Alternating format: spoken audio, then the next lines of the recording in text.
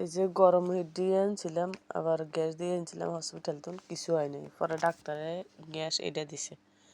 তারপরে মানে জ্বরে কমে না, জ্বর আছে, সর্দি আমার কফ মানে বসে গেছে, কাশ শক্ত হয়ে গেছে, বাইরে হইতেছে না, আর প্রচুর পরিমাণ জ্বরে যায় না।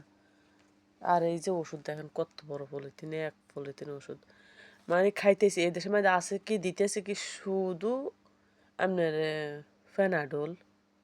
এদেশে আছে বাস এই ওষুধটা। আর মনে হয় যে কোনো ওষুধ বানায় না সরকারে, বাস এইটা দিয়ে রাখছে 24 ঘন্টা।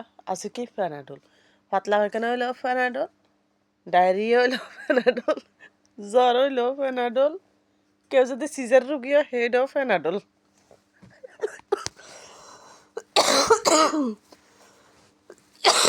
আর দেখেন হাসপাতালে গেলে ডাক্তার কি হাল নমুনা করে দেখছেন। মানে এই জায়গার মধ্যে কেন লাগাচ্ছিল, অনেক কি দিছে এই জায়গার মধ্যে কেন লাগাচ্ছিল, যে কারণে দেখছেন কি অবস্থা। মানে অবস্থা খারাপ। এই যে আমি কালা কালা হয়ে গেছি গই জ্বরে, আরও কালা আছিলাম, এতটা কালা হয়ে গেছি জ্বরে। আর এই জ্বর এতটা বাইরে, যা বলার বাইরে, একবার চার ধরে এত কিন্তু ছাড়ে না আমাকে। অনেক অনেক মানুষের এই অবস্থা।